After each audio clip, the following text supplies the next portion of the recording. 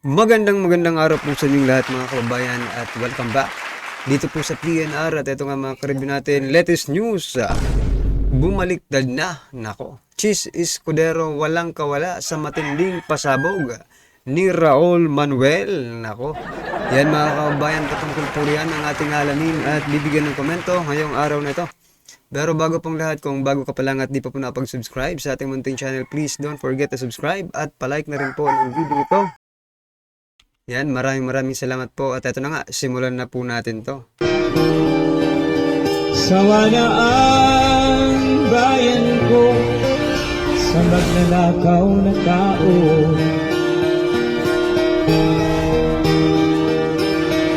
Ang bangayan ni na Senate President Chis Escudero at Congressman Raul Manuel. Tungkol pa rin ito sa issue ng blank items sa BICAM report. Si Congressman Eto mga kababayan, makikita natin kung sino ang nagsisinungaling at kung sino ang nagsasabi ng totoo. Sa kanilang dalawa, si Senator Chis Escudero or si Raul Manuel mga kababayan. Diba? ang bangayan ni na Senate President Chis Escudero at Congressman Raul Manuel. Tungkol pa rin ito sa issue ng blank items sa BICAM report.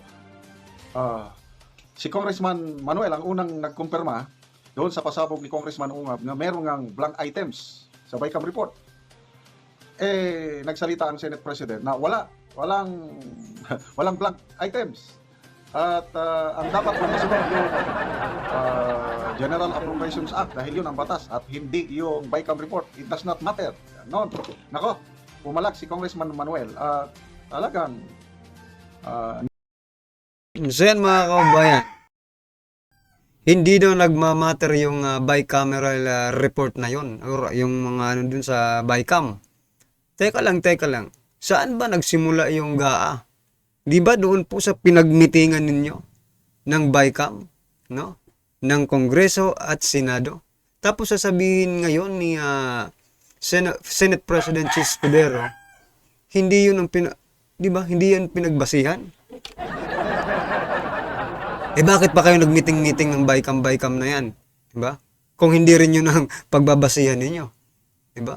Di sana, diretso na. Papirma na agad sa ano.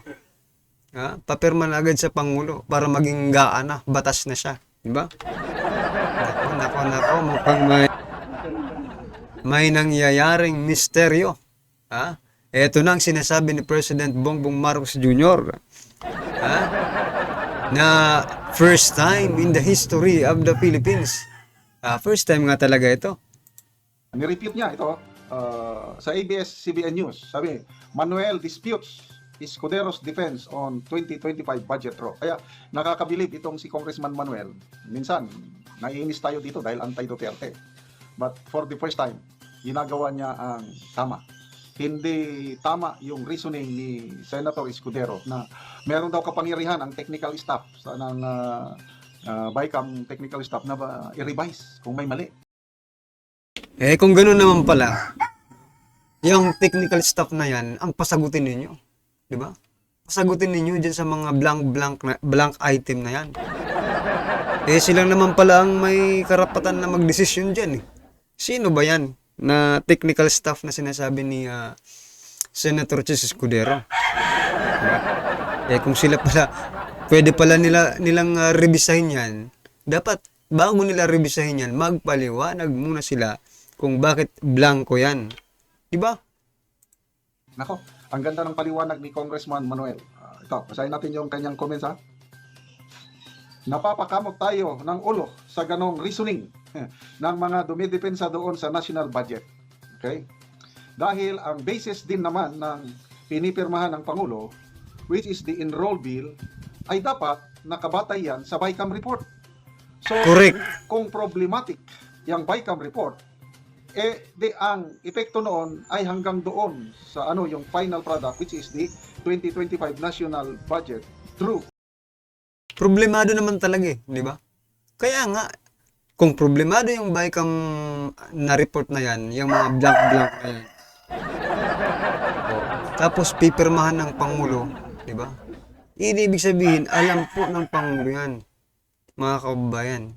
Kasi bago niya yung pirmahan, may knowledge na po siya kung ano man yung mga nababasahin niya yan muna eh, di ba? Hindi pwedeng hindi basahin yan, pirma lang ng pirma. Ano yan? Ha? Kahit nga dito sa mga ordinaryong tao, hindi pwedeng pirma lang ng pirma. Kailangan mo muna malaman, di ba? Minsan nga mga kababayan, ini-explain pa sa'yo eh. Pag hindi mo talaga alam, di ba? Oh, hindi mo talaga alam yung ibig sabihin ng mga statement na yan. I-explain pa sa'yo eh, bago ka pumirma. O, ganito ito sir ha. O, ito. O, ito, di ba? Pero dito sa nangyayari ito, isa lang po ang naiisip ko mga kababayan. Kung hindi ito alam ng presidente, malamang hindi niya po ito nabasa. Kung hindi niya ito nabasa, sino ang nagbasa para sa kanya? Di ba? O posibleng nabasa niya, posibleng nabasa nila, pero hindi lang nila pinansin. Bakit kaya? Ang tanong, bakit hindi nyo pinansin? Di ba? Bakit ha? Malaking ano ba yan? Malaking pagkakakitaan ba yan? Nako.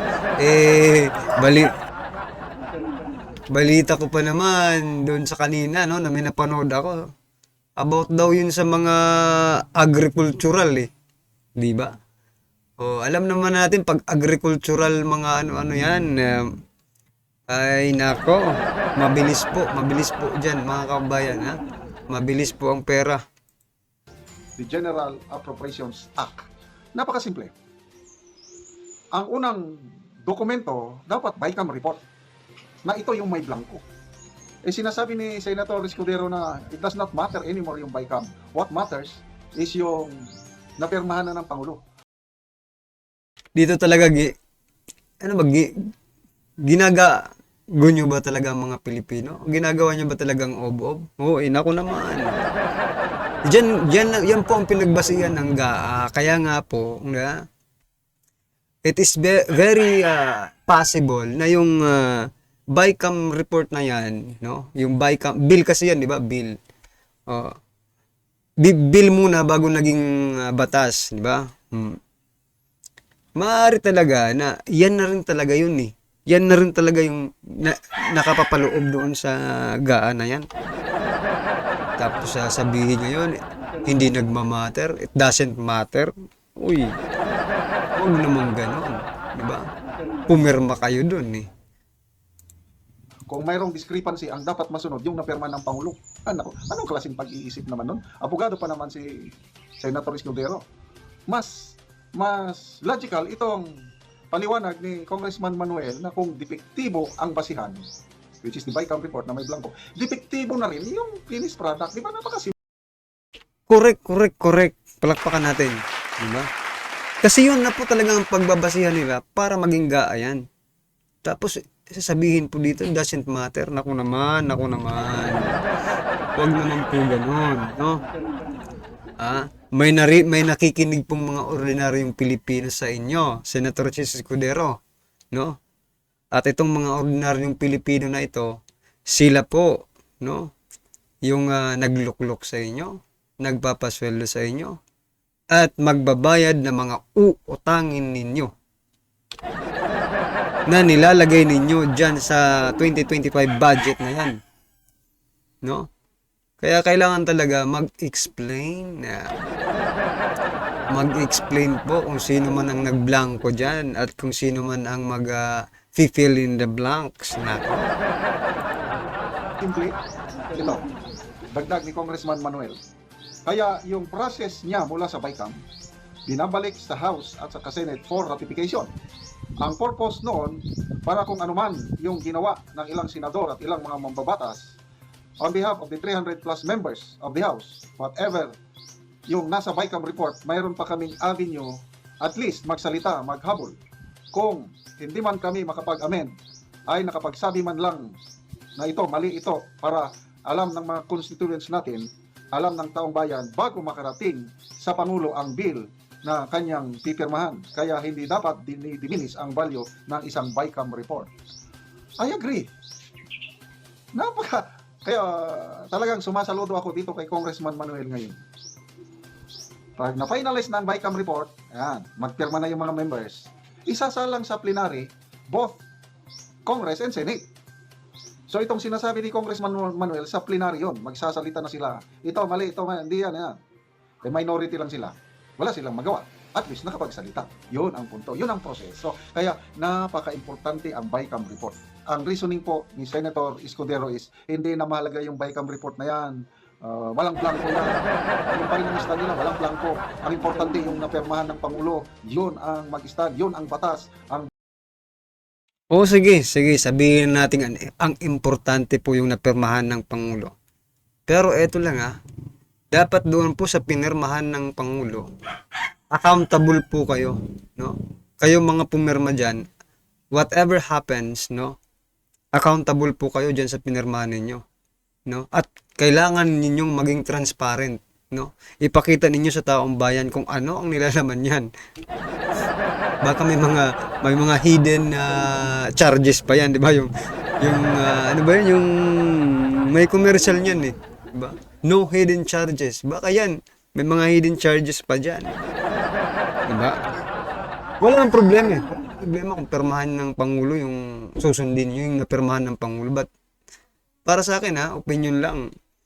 You should be, no, accountable for whatever yung mga pinirma-pirma dyan ninyo. Kailangan talaga Kailangan maging accountable kayo, maging responsible kayo, di ba? Responsible sa mga pinirmahan ninyo. Di ba? Kasi ang problema ngayon mga kabayan, na-booking kayo. Kasi kung hindi kayo na-booking, wala na.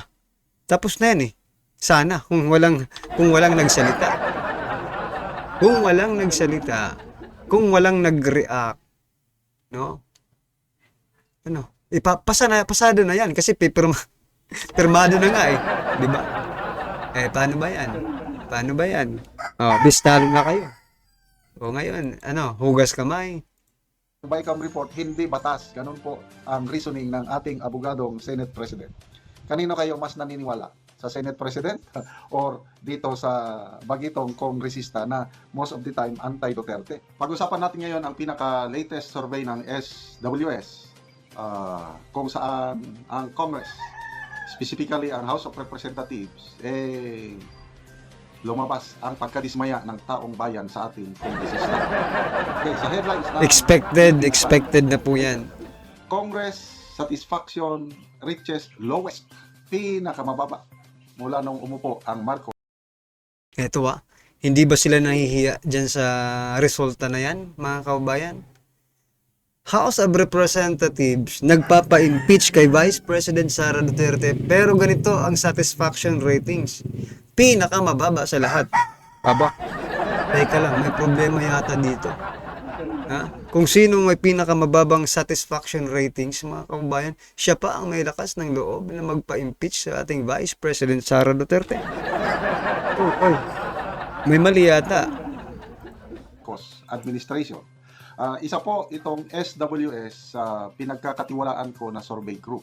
Okay? SWS, Publicos Asia at saka Publicos Asia, Pulse Asia at saka SWS. Yun po ang to me mga reliable na survey groups. Yung iba dyan, wala na. Lalo na yung Okta Research at saka Tangery, hindi na ako masyadong naniniwala sa kanilang survey. Okay, basahin ko so ito sinulat ni John Vic Mateo, January 24, 2025. So ngayon lang araw na ito. Months before the May midterm elections, public satisfaction with the Senate and the House of Representatives has dropped to its lowest since the start of the Marcos administration. The social weather station survey showed. Okay. While Congress obtained the approval of most respondents, the December 12 to 18 survey showed a decline in the number of Filipinos satisfied with the performance of both chambers. So bumababa. Noong simula, of course, hindi pa nagkawatak-watak ang yung team, mataas ang satisfaction ng Senate at Congress. Ganon din ang mga top government officials, matataas sila noon. Ngayon, halos lahat na, pababa ang satisfaction rating ng top 5 government officials, kasama na si VP Sara. So kasama na rin itong both houses of Congress. Okay. So, ginanap ang survey December 12 to 18 last year. So, last quarter survey ito. So, ang Senate, from 66% in September last year, satisfaction with the Senate dropped to 62% in December. Dissatisfied respondents is likely increased to 18% from 17%, while those undecided increased to 17% from 15%. Okay, dito tayo sa House of Representatives. December itong survey, hindi pa maiikot dyan ang dissatisfaction sa mga tao. Itong issue ngayon na blank item sa BICAM report. Wala pa yan. Ito ang pinaka mainit na talakayan ngayon. Dadalhin na sa Korte Suprema ang issue na ito at ang palasyo, naghugas kami na. Hindi kami ang mananagot dyan, sabi ng Executive Secretary. Wala kaming kinalaban yan. Well, tama naman. Pananagutan ito ng Speaker of the House at saka Yung BICAM. Senate President. BICAM. Okay, ito naman ang rating ng House.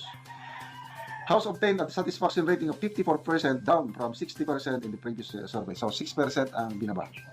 Those dissatisfied remain at 18%. Okay, so from here, makukuha na natin yung net satisfaction rating. Ang Senado, meron siyang positive 44%. Bumaba ito kasi dati 49%. So wala na, less than 50% na. Ito ang matindi, ang House of Representatives. Dati, 42%, ngayon 36% na lang. Wala na. So, dito, mo makikita. So yan mga kababayan, wala nang tiwala, no? Ang ating mga kababayan dito sa mga pinaggagawa, no, ng House of Representatives. Biruin nyo wala pa po yung issue niyan dito sa mga blank na yan, blank item na yan, di ba? Paano na lang kaya kung ang survey na yan ay ginawa? Kasagsagan ng issue ito. Nako, baka mag 0-0 na to. Meron ba ganun? Pwede ba mag 0 yan? Pero sa totoo lang, mga kababayan, para sa atin, no? 0 talaga to. Well, anyway, mga karibin natin, ano po ang inyong opinion, reaksyon patungkol po sa video ito? Comment lang po sa baba para at least alam po ng ating mga kababayan ang inyong opinion. Maraming salamat po. Sawa na ang bayan ko sa magnanakaw na tao.